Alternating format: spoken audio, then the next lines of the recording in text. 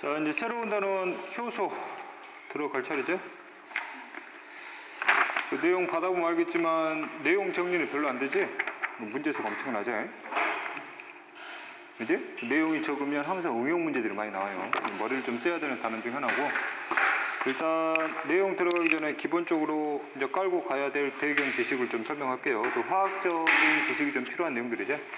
일단 이제 물질대사라는 정의는 이미 생명과학 원칙론도 배웠겠지만, 효소가 반드시 관여하는 화학 반응을 우리가 물질대사로 정의를 했고, 이제 화학 반응에 대한 정의를 다시 한번 해보면, 이제 반응적 물질이 뭐야? 반응적 물질이 반응물이잖아. 반응물이 뭐가 되는 과정이? 생성물이 되는 과정인데, 화학 반응이라는 뜻은 이것들의 성질이 달라지는 거지. 그래서 여기를 구성하는 이제 분자 수준 해석을 하게 되면, 여기 분자 종류와 여기 분자 종류가 서로 달라지는 거 됐죠? 그 다음에 다시 한번 분자 수준이에요. 분자를 구성하고 있는 원자들이 있지. 그 원자들의 결합 배열이 뭐해진다는 얘기야. 달라지는 거지. 반응물이 생성물 되는 과정은 관여하는 원자의 종류는 똑같지. 근데 원자들의 배열 구조가 달라지는 걸 우리가 화학 반응이다 표현했던 거고, 그지? 좀 더 쉽게 얘기해서 분자의 종류가 바뀌는 거.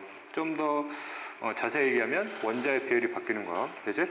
예전에 설명을 했지만, 그럼 반응물을 구성하고 있는 원자의 배열이 바뀌려면, 예를 들면 반응물 중에서 H2O2가 있어요. 그렇지? 과산화수잖아. 그럼 과산화수소를 가지고 생성물인 H2O하고 산소 분자가 만들어지거든. 일종의 과정이에요. 그럼 과산화수소를 구성하고 있는 수소, 산소 분자별이 서로 뭐 해야 돼? 바뀌어야 되지? 그래서 뭐가 떨어져 나와야 돼요? 산소가 떨어져 나오고 산소 원자들끼리 결합해서 분자를 만들어내야 되잖아. 그래서 반응물을 구성하고 있는 분자 하나 갖고는 절대 이 과정이 일어날 수가 없는 거지. 그래서 여러 개의 반응물이 필요하지. 여러 개의 반응물들이 가지고 생성물이 이 분자 배열을 맞출 거예요. 그러면 이놈들이 서로 뭐 해야 돼요? 가만히 있지 않고 움직이면서 뭐 해야 되거든? 충돌해야 되거든. 그래서 화학 반응이 일어날 조건이 뭐예요? 반드시 반응물끼리 뭐 일어나야 돼? 충돌이 반드시 꼭 일어나야 되지. 그래서 화학 시간에는 그걸 제대로 충돌해야 된다 그래서 그걸 유효 충돌이다라고 표현을 했고, 그렇지? 그 다음에 이제 이놈들이 충돌을 할 때 이 충돌에 의해서 원자들 사이의 결합이 끊어져야 되잖아. 끊어지면서 다시 결합이 돼야 되기 때문에 이때 충돌할 때 충돌력이 뭐 해야 되니? 강해야 되지? 그러면 얘들이 움직이는 속도가 뭐 해야 된다는 얘기야? 빨라야 된다는 얘기고, 그럼 얘들이 움직이는 속도가 빠르다는 얘기는 각 분자, 즉 입자로 표현할게요. 각 입자들이 갖는 운동 에너지량이 뭐하면 뭐할수록? 높으면 높을수록. 그래서 높으면 높다는 얘기는 운동 속도가 빨라지니까 그만큼 시간당 충돌의 수도 많아지고 충돌력도 커지지. 그러면 원자 재배열이 일어날 가능성이 높아진다는 얘기야. 그게 화학 반응이 일어나는 조건인 거지. 그래서 유효 충돌하는데 그 반응물 자체가 갖는 에너지량이 뭐 해야 된다는 얘기지. 많아야 된다는 얘기지. 운동 에너지량이. 이해됐냐? 그래야 뭐가 일어날 수 있어요? 화학 반응이 일어날 수 있다고. 그래서 이놈들을 부딪히긴 부딪혔는데 에너지량이 너무 적어요. 그럼 화학 반응 자체가 일어날 수가 없다는 얘기지. 그러면 이놈들의 충돌수도 증가하면서 충돌력도 증가시키고 싶어요. 즉 얘들의 운동 에너지의 양도 증가하려면 이 반응물이 갖고 있는 뭐의 양을 증가시키면? 온도를 증가시키면, 즉 열 에너지를 공급하게 되면 이 열 에너지를 일부 입자들 흡수해가지고 그걸 운동 에너지로 시켜버리지. 그러면 충돌력이 커지면서 시간당 충돌에서 증가하면서 화학 반응이 일어날 수 있는 조건이 된다고. 이해되니? 그치? 이건 중학교 때 배운 거 아니야? 배웠거든요. 중학교 때 안 배웠다고? 안 배웠다고? 화학 반응 안 배웠니? 원자의 재배열되는 거 안 배웠어? 이거 숫자 맞추고 배웠을 거 아니야. 계수 맞추는 거 해갖고 배웠잖아. 어? 계수 맞추는 게 화학 반응 아니야 지금. 어쨌든 화학 시간을 배우지. 확실히 배운대잖아 지금. 자, 그 다음에 두 번째 이제 반응 속도예요. 화학 반응 속도.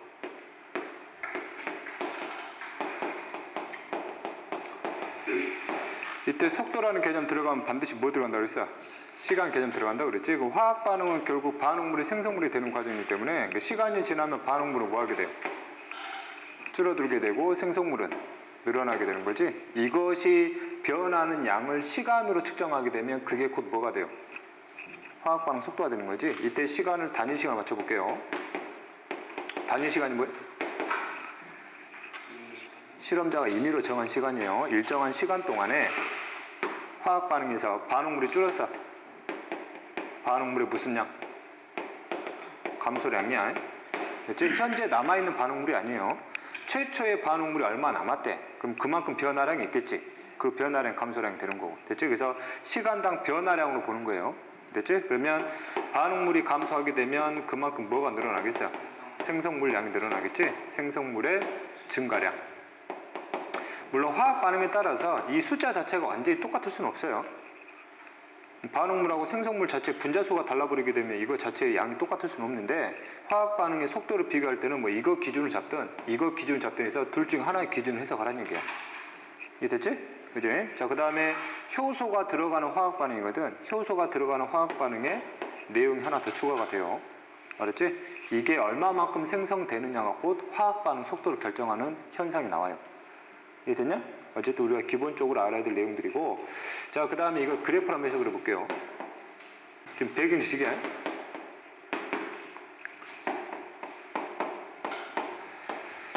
자, 시간에 따른 반응물의 변화량을 추적을 해봤어요. 시간에 따른 반응물의 양의 변화량. 됐지? 그럼 반응물이 계속 뭐하고 있대요? 계속 줄어들고 있대요. 됐지? 그러다가 반응물이 더 이상 변화가 일어나지 않대요. 무슨 말일까? 여기까지는 화학 반응이 일어나고 있지, 여기서도 화학 반응이 일어나지 않고 있다는 뜻이야. 그치? 쉽게 얘기하면 반응물 거의 제로에 가까워졌다 보면 돼요. 이해되니? 그치? 그러면 한번 속도를 비교해 볼게. 속도를, 화학 반응 속도 한번 비교해 볼게. 그럼 여기서부터 여기까지 시간 질 거예요. 여기서부터 여기까지 시간을 되면 이 시간 동안의 반응물의 변화량이 곧 뭐가 돼요? 화학 반응 속도가 되는 거지. 그치? 그러면 여기서부터 얼마만큼 변했니? 얼마만큼 줄었니? 이만큼 줄었거든. 그치? 그럼 여기서부터 여기까지 화학 반응 속도는 이 시간분의 줄어든 변화량이 되는 거지. 이해됐니? 그치? 자, 그 다음 또 하나. 그럼 시간을 좀 줄여볼게요. 절반을 줄여볼게. 그럼 이 시간과 이 시간에서, 됐지? 이 시간과 이 시간에서 화학 반응 속도를 한번 비교해보자는 얘기죠. 됐지? 내가 그래프를 잘 못 그려서 그렇지. 이게 일정하게 줄어드는 거예요. 그러면 여기 변화량과 여기 변화량이 지금 똑같아. 우리 똑같아요. 내가 그림 잘 못 그려서 그래. 그럼 어차피 시간은 똑같단 말이에요. 절반 줄였으니까. 이 시간, 같은 시간 동안에 이거는 이만큼 줄었고 이거는 이만큼 줄었거든. 같은 시간당 줄어드는 양이 뭐예요? 똑같잖아. 그럼 여기서 화학 반응이나 여기서 화학 반응이나 똑같다는 얘기지. 이게 됐지? 변화량 봐야 되니까. 그 만약 그래프가 이렇게 나왔어요.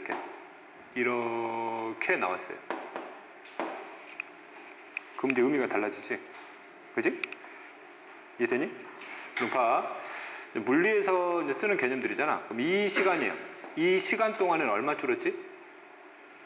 이만큼 줄었잖아. 그럼 그래프가 이놈이든 어차피 줄어든 양은 똑같이 시간당. 그럼 반응 속도는 뭐예요? 이 그래프나 이 그래프나 똑같거든. 이 시간 동안에 줄어든 양만 보니까. 이해됐지? 근데 이거 절반은 줄였어요. 그럼 절반은 줄였을 때는 이렇게 기울기가 일정했을 때는 이 시간대에 줄어든 양이나 이 시간대에 줄어든 양이 서로 똑같았거든. 그러니까 반응 속도 뭐 있어 아까? 똑같았잖아. 근데 그래프가 이렇게 바뀌면 이제 달라지지. 그치? 그럼 여기 시간 동안에는 얼마큼 줄었어요? 이만큼 줄었잖아. 여기 시간 동안에는 이만큼 줄었거든. 그치? 그러면 여기하고 여기 반응 속도 비교하면 어디가 빨라요? 여기가 빠르지? 여기보다. 이게 됐냐?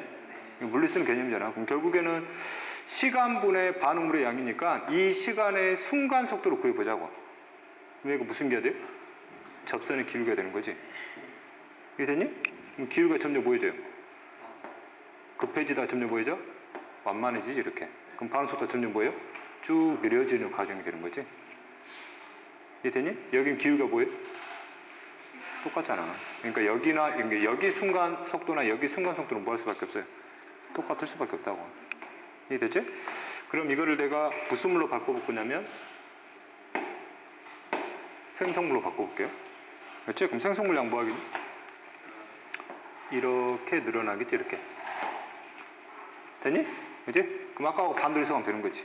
그럼 시간당 뭐의 양? 늘어남. 생성물의 양이 반응 속도 되는 거지. 그럼 여기서 여기까지 기울기가 증가하거든, 기울기가. 일정하잖아. 그럼 모든 구간의 화학 반응 속도 다 뭐예요? 똑같잖아. 그렇지? 근데 그래프가 만약에 이렇게 갔어요. 이렇게 갔어요, 이렇게. 50 그래프가 좀. 이렇게 갔어요. 그러면 속도가 처음에 증가하다 점점 뭐 하는 거야? 줄어드는 거지. 이해됐니? 할만하지?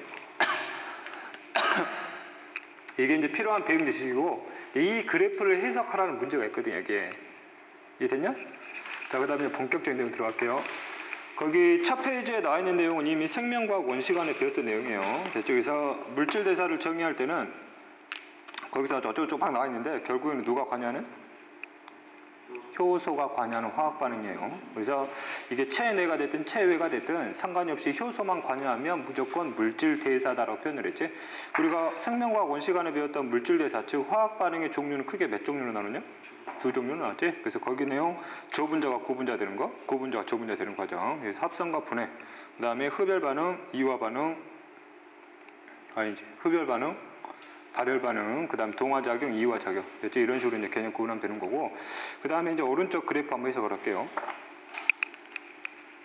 우리가 생명과 원시간을 그냥 간단히 해석을 했는데, 여기 이게 이제 반응 경로고, 여기가 물질이 갖는 무슨 양이에요? 에너지량이잖아. 됐지? 그럼 그 그래프를 보게 되면 첫 번째 그래프가, 예를 들면 이 그래프예요. 반응물이 있고, 결과만 봐. 반응 경로에 따라서 뭐가 됐대요? 뭐가 됐어요? 생성물이 됐지? 됐지? 결과만 봐, 결과만. 반응물이 생성물이 됐는데 에너지랑 뭐 있어요? 줄었거든. 에너지 뭐 있어? 방출됐잖아. 분해지. 분해잖아. 그 다음에 발열 반응이지? 효소 관여에 따르면 이화작용이 사례요. 됐지? 그럼 밑에 그래프는 얘가 생성물이야. 결과만 봐요. 무슨 물이 됐는데? 반응물이 됐는데 생성물보다 반응물의 에너지量많거든. 중간 에너지 뭐 있다는 얘기? 들어갔다는 얘기잖아. 뭐예요? 합성, 그 다음 흡열, 그 다음 효소 관여했으면 동화작용 되는 거지. 됐지? 근데 그래프가 중간에 뭐가 나오냐? 이게 나오거든. 중간에 그래프가 이게 나와요. 알았지? 일단 합성이냐 분해냐 구분하는 거는 결과물만 비교하면 돼. 처음과 마지막만. 그래서 에너지가 처음보다 늘었으면 합성이고 줄었으면 분해인 건데 왜 이런 그래프가 나오냐 이거지. 이 그래프를 해석을 하겠다는 얘기예요. 됐지? 자, 그 다음에 효소가 관여하게 되면 효소 자체는 촉매이기 때문에 화학 반응 속도를 뭐 시킨다고 그랬냐? 증가시킨다고 그랬지? 이제 촉매이기 때문에. 그래서 효소가 화학 반응을 어떤 식으로 증가를 시키냐라고 정의하냐면 효소의 기능이거든. 거기에 나와 있듯이 무슨화 에너지를 낮춰준대요. 무슨화 에너지? 활성화 에너지를 낮춰준다고 그랬지? 그냥 활성화 에너지에 대한 개념을 좀 알아야 된다는 얘기죠. 됐지? 그 개념이 이제 이 그래프에 나온다는 얘기야. 됐냐? 자, 가장 대표적인 화학 반응 볼게. 이 화학 반응 외워. 생명표에서 외워야 돼, 이 화학 반응을. 이게 뭐예요? 과산화수소. 과산화수소를 뭐 시킬 거냐면 분해시킬 거예요. 분해. 분해가 되면 뭘로 분해가 되냐면 물하고 그 다음 아까 얘기했던 뭐 산소 분자로 분해가 돼요. 이해됐냐? 계수 한번 맞춰볼까? 계수?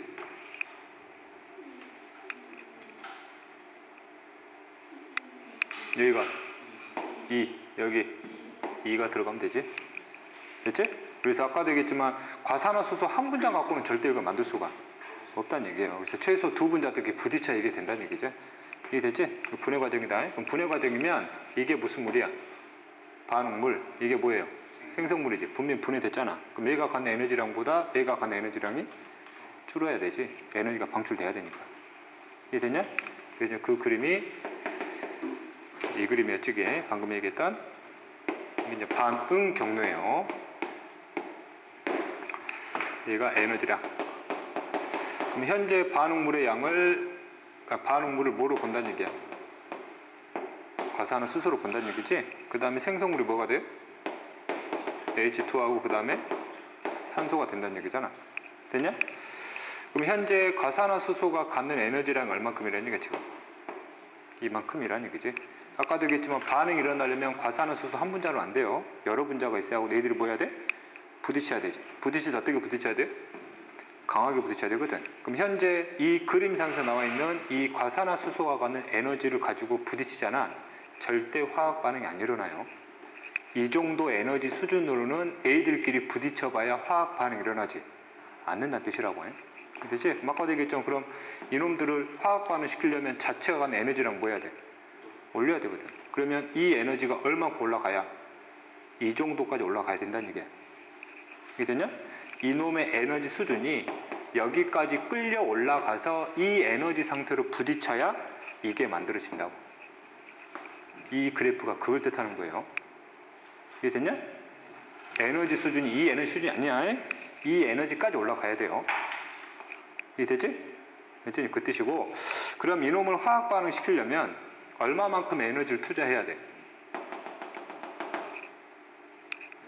이만큼 에너지를 더 투자시켜야 되겠지. 이게 됐지? 그럼 이만큼의 에너지를 뭐 시켜야 돼요? 공급시켜야지. 됐어? 공급시켜서 이 정도 에너지가 돼서 이것끼리 부딪혀야 이제 이게 된다고. 이게 됐냐? 그럼 이놈들이 부딪히게 되면 드디어 뭐가 일어나? 분해가 일어나거든. 그렇지? 화학 반응 중에서. 그러면 이놈들이 분해가 되면 가지고 있는 에너지를 뭐 하게 돼요? 이제 본격적으로 방출하게 되는 거지. 그럼 얘들 어떻게 되니? 이렇게 해서 에너지 수준이 뭐 한다는 얘기야? 떨어진다는 얘기지. 그럼 결과적으로 얼마만큼 에너지가 줄었어요? 이만큼 에너지가 줄었잖아. 근데 어차피 이것은 에너지 공급한 만큼 이 에너지랑 뭐 있거든? 그냥 방출된 거지. 공급된 만큼 뭐 있어 여기는? 줄었거든. 그럼 결과적으로 방출된 에너지량은 처음과 마지막 비교하면 되지. 얼마만큼 방출돼서 결과적으로는 이만큼이 방출된 거지. 이해 됐니? 그렇지? 그래서 이때 화학 반응을 시키기 위해서 필요한 에너지를 공급시켰잖아. 이해 됐냐? 그럼 과산화수소의 에너지가 최소한 이거 이상은 돼야 된다는 얘기지. 이해 됐어? 그럼 이거 이상 되기까지 이때 공급한 에너지량은 화학 반응을 일으키기 위해서 필요한 최소한이야, 최대한이야? 최소한이지. 이거 이상 공급하면은 A가 충분히 이게 된다고. 이해됐지? 이때 이만큼의 공급량을 무슨 에너지라고 그래요? 활성화 에너지라고 그래요. 됐니? 경로만 좀 보는 거예요. 이해됐지? 그리고 마지막 결과물만 비교하면 반응물과 생성물이 비교했을 때 에너지량 줄었구나. 그래서 결과적으로 분해구나라고 보면 되는 거고. 이해됐냐? 그런데 여기에 누가 도와주면? 효소가 도와주면 이 활성 에너지지, 즉 공급시켜야 할 에너지랑 뭐 해주냐면 효소가 줄여줘요. 이해됐지? 그러면 최초는 이만큼이었고 효소가 관여하게 되면 과산화수소가 이 정도의 에너지 수준만 되면 효소의 도움으로 얘가 충분히 뭐가 일어난다는 얘기야? 반응이 일어난다는 얘기지. 이해됐니? 그치? 그래서 이 과정은 이때도 분명히 에너지가 공급돼야 되잖아. 그럼 이때 에너지 공급도 마찬가지로 화학 반응을 일으키기 위해서 공급한 에너지량이지, 즉 누가 관여하게 되면? 효소가 관여하게 되면 이 정도 에너지 수준 이상만 공급시키게 되면 결과적으로 화학 반응이 일어나게끔 도와주는 게 바로 효소의 기능이라고. 그러니까 효소가 뭘 낮춰준다고 그래요? 활성 에너지, 즉 반응에 필요한 온도를 낮춰준다고 쉽게 얘기하면. 이해됐지? 그러니까 반응물 자체가 예를 들면 처음에 20도씨 있었단 말이야.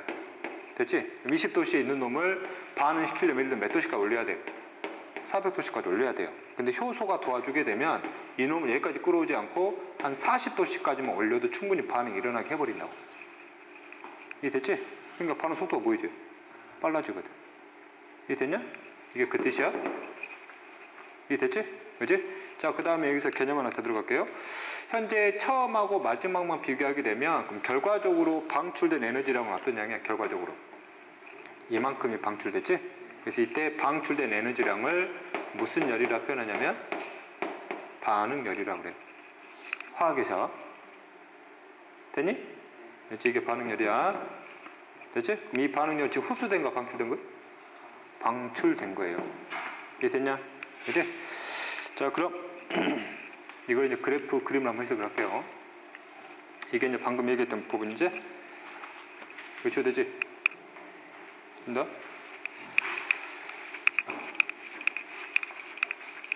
자, 방금 얘기했던 과산화수소가 검해석을 해볼게요. 그러면 이 반응물이 뭐가 돼요?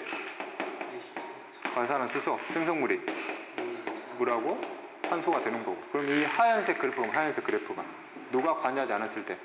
효소가 관여하지 않았을 때. 이놈이 에너지 수준이 여기까지 올라가야 되니까 그래프상 이게 무슨 에너지예요? 활성 에너지. 누가 관여하지 않았을 때? 효소가 관여하지 않았을 때. 그렇지? 밑에 파란색 그래프는 그럼 뭐가 되는 거예요? 효소가 관여했을 때거든. 그럼 과산화수소가 이 정도 에너지 수준만 돼도 충분히 생성물이 되게 도와주는 거고, 밑에 필요한 활성화 에너지를 효소가 관여했을 때 에너지다 라고 보는 거고. 이해됐냐? 그럼 그래프에서 그림상 여기서부터 여기까지가 무슨 열이 된다고? 반응열이 된다고. 이해됐지? 그치? 그 다음에 두 번째 그래프예요. 이 그래프. 됐지? 이걸 뒤집은 거거든. 이걸 뒤집다 보니까 애들이 이상하게 해석을 해요. 봐. 이게 반응물이지. 이거는 뭐야? 생성물이에요. 그럼 결과적으로 이놈을 이렇게 뭐하고 있다는 얘기야, 지금? 합성하고 있다는 얘기예요. 됐지? 그럼 처음과 마지막 봐. 에너지가 뭐 있거든? 지금 들어갔잖아. 합성이에요. 됐지? 그럼 이걸 뭘로 보자, 이거를? H2O. 이거를 산소로 보자는 얘기지? 그럼 이건 뭐가 돼? H2O2가 되는 거 아니야? 됐지? 그럼 얘들끼리 반응물이 얘들끼리 서로 뭐 해야 돼요? 부딪혀야 되잖아. 근데 부딪히는데 이 정도 에너지 갖고는 절대 이게 생기지가 않는데요. 왜 에너지 수준 어디만 끌어올려야 돼? 이만큼 끌어올려야 된다고. 이해됐냐? 그러면 에너지를 끌어올렸잖아. 얼마큼 끌어올렸어요? 이만큼 끌어올렸거든. 됐지? 그럼 이게 무슨 에너지? 활성화 에너지가 되는 거지. 그럼 얘들이 헷갈리는 게 이걸 마치 뒤집은 것처럼 보이잖아. 그럼 여기서 활성화 에너지가 이거지. 그렇지? 얘들이 여기서 활성화 에너지가 몇이니 그러면 여기서 여기까지 하고 있단 말이에요, 지금. 이게 아니라고 해. 최초의 반응물을 이 정도까지 끌어올릴 때 필요한 에너지량이기 때문에 그렇게 해석하면 안 되고. 이해되냐? 그렇지? 자, 그 다음에 그럼 효소가 관여하잖아. 효소가 관여하게 되면 이 정도의 에너지가 아니라 좀 더 에너지 수준을 뭐해도 낮춰줘도 이놈들이 충분히 일어나게끔 만들어준다고. 이해됐지? 그렇지? 그럼 해석하자.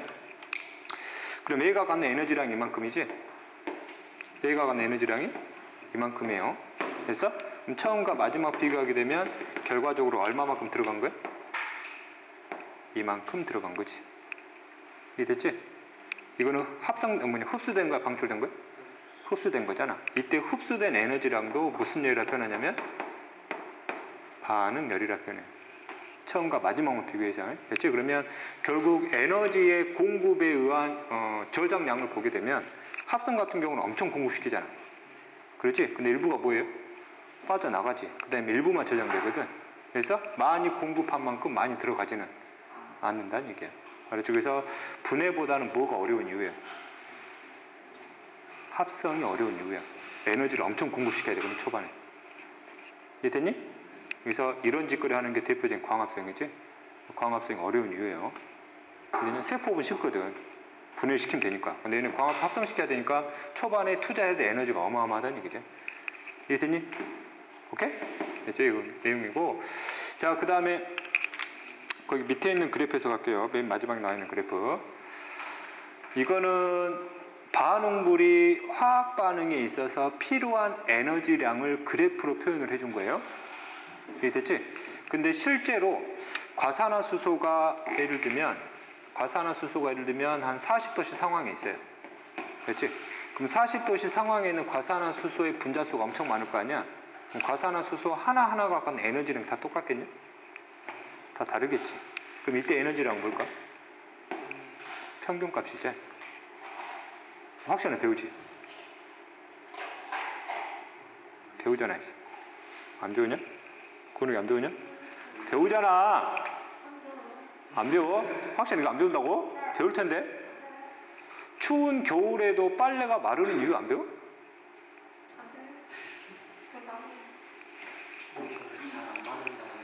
잘 안 마르는데 마르긴 마르잖아. 예를 들면 그 물에 젖어 있는 물이 액체지.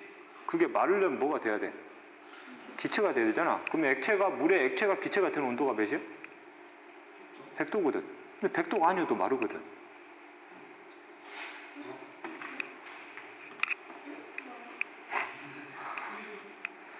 물이라는 액체가 100도가 아니어도 증발 현상이 나온단 말이야. 왜? 물 분자들마다 가지고 있는 에너지량이 다르거든. 그 뜻이거든. 여기서는 과산화수소가 40도씨에 있어요. 그럼 40도씨에 존재하고 있는 과산화수소가 갖는 전체 하나하나 갖는 에너지랑 다 다르다니까? 근데 이건 무슨 수치예요? 평균 수치다. 그러면 과산화수소가 예를 들면 수백만 개 있어요. 수백만 개 중에서 이 에너지를 갖는 게 굉장히 많다는 얘기지. 근데 이것보다 더 많은 놈이 있고 더 적은 놈이 있을 수 있다고. 이게 됐냐? 그지? 이제 그걸 표현한 게 바로 그 밑에 있는 그래프예요. 이게 됐지? 됐어? 말 돼, 말을. 이거 화학 개념 좀 필요하단 말이야. 거기 밑에 있는 그래프 한번 해석할게요.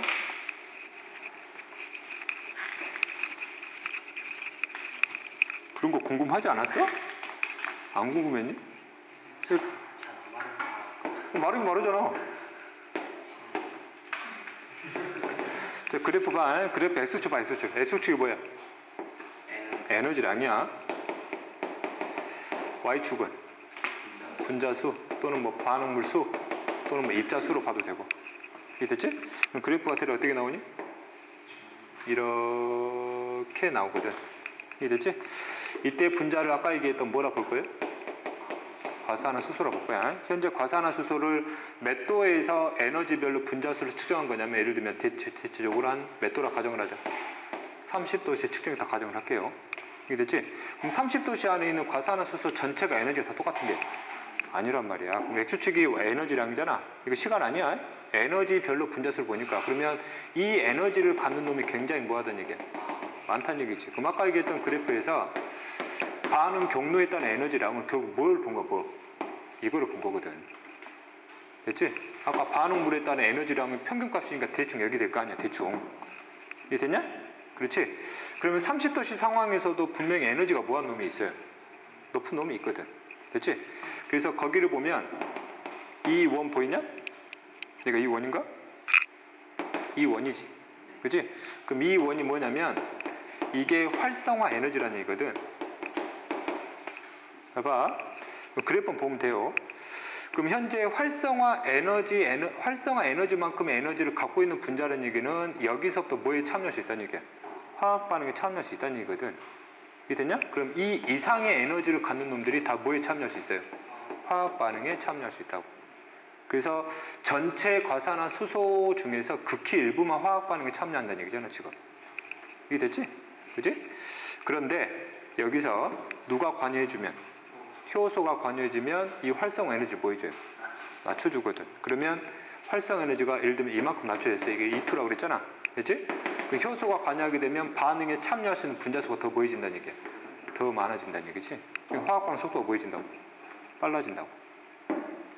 이해됐니? 그치? 그럼 이 그래프에서 이게 온도가 30도잖아. 이걸 100도로 바꿔볼까? 그래프 어떻게 될까? 에너지 평균 분자수가 이쪽 이동하겠지? 그럼 그래프가 어떻게 돼? 이런 식으로 바뀌겠지? 이게 됐지? 그럼 효소가 관여하지 않았다 관여할게요. 그럼 효소가 관여하지 않으면 활성화 에너지 어느 이상만 되면 돼요? 이거 이상만 되면 되거든. 그럼 반응에 참여하는 분자수가 보이죠? 많아지거든. 거기다가 효소 관여해주면 더 많아지는 거지. 이해됐냐? 온도 낮추면 어떻게 돼? 그래프가 이렇게 바뀌겠지. 이해됐니? 물론 이런 그래프 변화까지 물어보지는 않겠지만 이제 기본적으로 우리가 해석할 수 있는 내용이란 얘기예요. 이해됐니? 오케이? 그러면 그 그래프 해석이 되지. 자, 그 다음에 거기 보면 이제 동화작용의 사례, 이화작용의 사례 이미 생명과학 원시간에 배웠고, 밑에 세 번째 볼게요. 효소의 작용 원리 뭘 낮춰준다고? 활성화를 낮춰주는 거야. 고등학교 1학년 때 과학에서 정촉매, 부촉매 배웠지? 정촉매가 바로 활성화 에너지를 낮춰주는 거지. 효소가 바로 대표적인 정촉매예요. 부촉매 뭐냐? 부촉매. 활성화 에너지를 높여주는 거지. 그럼 반응 속도를 느리게 해주는 거야. 그거는 우리가 배우는 효소는 정촉매예요. 그 다음에 밑에 효소의 기능 나와 있죠? 효소 자체가 관여하는 화학 반응은 주로 어떻게 일어난다고 그러니? 단계적으로. 그래서 에너지를 천천히 뽑아내고 천천히 저장할 수 있어서 에너지 출입을 조절할 수 있다 표현을 했죠. 그죠? 그런 식의 이제 내용들을 보면 되는 거고, 그 다음에 세 번째 볼게요. 체온 범위의 낮은 온도에서도 반응이 가능하게 해준 이유가 뭐예요? 효소가 뭘 낮춰줘서? 활성화, 에너지를 낮춰줬지. 그래서 낮은 온도에서도 반응에 참여할 수 있는 분자수를 늘린단 말이야. 이해됐지? 그래서 체온 범위에서도 실제 반응이 가능한 이유예요. 이해됐냐? 거기는 이제 화학 반응에 대한 이제 기본적인 내용이고, 그다음 넘어갈게요. 두 번째부터 그냥 중요한 내용이지. 효소의 특성.